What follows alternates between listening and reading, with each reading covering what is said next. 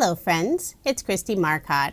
I'm so excited to be a part of the Pretty Pink Posh June 2021 product release blog hop. They have lots of great new releases and they all coordinate nicely with their recent May release. To celebrate the new release, they are having a giveaway. There are 3 $25 gift certificates up for grabs. There'll be one winner each day for the 3-day blog hop. I will have all of the information provided in the description box below for the giveaway. Be sure to head over to my blog and leave a comment. I'll also have the list of all the other participants. Be sure to stop by their blog as well and leave a comment to increase your chance at winning. Now here's a quick look at the items I received for the June release. So there's lots of stamps, dies, there's also some stencils. So first up is the Vacation Scene die. This will be so fun to piece together. And I do have links provided in the description box for all the new products I'm showing. Next up is the Summer Wreath stamp and die set. I love all these small images. They're easy to color even for people like me who don't do a lot of coloring. Then next up I have the Stitched Waves die. So there's 2 different dies. One has that very distinct wave look and the other is more of a wavy line. And it still has that stitch detail, so that's fun. And then my favorite item from the new release is this Stacked Edges set number 3. If you've watched my videos, you've seen me use set 1 and 2 all the time. I'm so excited there's now a 3rd set. So I will be using this one a few times. And there are lots of other great products in the release, so be sure to head over to Pretty Pink Posh's website to check those out. For my first card, I will be using one of the new Stacked Edges dies. I've already cut out a few pieces. I used 2 different shades of brown cardstock. I have some Distress ink in the tea dye color. I'm going to spritz some water on it. Then I'll take a paintbrush, mix up that ink and water. Try to get a good amount on the brush. Then I'll do a little bit of splattering on the cardstock. I'm just tapping the paintbrush to get that splatter effect going all over those die cut pieces. I'll be creating a scene on my card and these die cut pieces will be the sand. So I thought that little extra detail with the splatter looked nice. I'll set those aside and let them dry and start working on the sky. So I have some white cardstock, kind of hard to see at the moment. I also have 2 different colors of Distress Oxide ink. I'm using the Tumbled Glass right now, and I also have Mermaid Lagoon. So I'll put down a layer of the Tumbled Glass. It's very light color. And then I'll go in and add the Mermaid Lagoon for a little more color. So I'm just trying to get a really nice blend. I don't need to cover the bottom portion of this paper at all since it will have those die cut pieces instead. So there's my sky, very simple. I did get a little bit of ink on the bottom, but like I said, it's going to be covered up. So now that my die cut pieces are dry, I'll add some ATG tape to the very bottom. Then I can start adhering them. So with that very first piece, I want to make sure to get it nice and straight. A little point at the bottom, trying to get it in the center of the card as well. I'll attach the second piece, and then for the third, I'm using some liquid adhesive. Since they're not straight, it's harder to get that ATG on the background without getting it where those die cuts won't be. So once those are adhered down, I'll just flip over the panel, take my scissors and cut off the extra.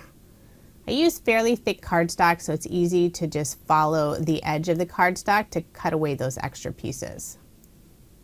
So there's my little scene with the sand hills and the pretty blue sky.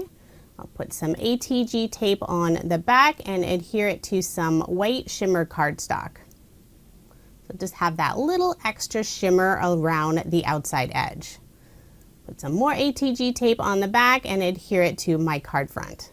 Then I can start adding the images and the sentiment. So I will be using the Summer Wreath stamp set and also the coordinating dies. I've already stamped and colored several of the fun little beach images. So I have the little palm trees, the surfboard, there's an umbrella, flip-flops, the beach ball, and also the sun. Well, there's also the little sunglasses.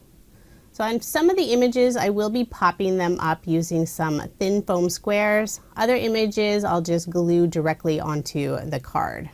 I colored all of the images using some Copic markers. I thought some fun, bright summer colors would be perfect with the scene. I stamped out the sentiment, Summer Greetings, used that same brown cardstock as those top two die cut pieces. Cut a fishtail on both ends, adding some thin foam squares to the back, and I'll adhere it to the right-hand side of the card. I didn't want to stamp the sentiment on white cardstock since it would really stand out. I thought it looked nice to just blend into the sand. I'll add some foam squares to the top of the palm tree and adhere it above the sentiment. And I'll put both of the trees together. Just the second one will be a little bit lower. Put the sunglasses underneath the sentiment. I'll have the umbrella over near the sun. I do have it angled, so it would actually be protecting you from the sun if you were under that umbrella. Put the surfboard and the beach ball together, and then I'll try to figure out where I wanted to put the flip-flops. Finally decided to put them next to the beach ball. So there's my finished card. This was such a fun card to create. I love that little scene. And of course, I love the new Stacked Edges die set number 3. It's so much fun. Now moving on to my second card. I'll be doing some more ink blending for the background. So I have some white cardstock, 2 different pink color Distress Oxide inks. I'll start with the brand new color Kitsch Flamingo, and I also have some Picked Raspberry. Now I want this background to be very pink, so I think these 2 colors work nicely together. I was going for more of an ombre look. Not sure I actually achieved it, but I still think it turned out really nice. I do have a scratch piece of cardstock just so I'm not getting my fingers in the ink. So once I pulled out that Picked Raspberry, you can see that beautiful pink color. The Kitsch Flamingo is definitely lighter. I'm using Pink & Main's Ergonomic Blender brush. I like how this feels. I find it easier to use than the traditional blender brushes.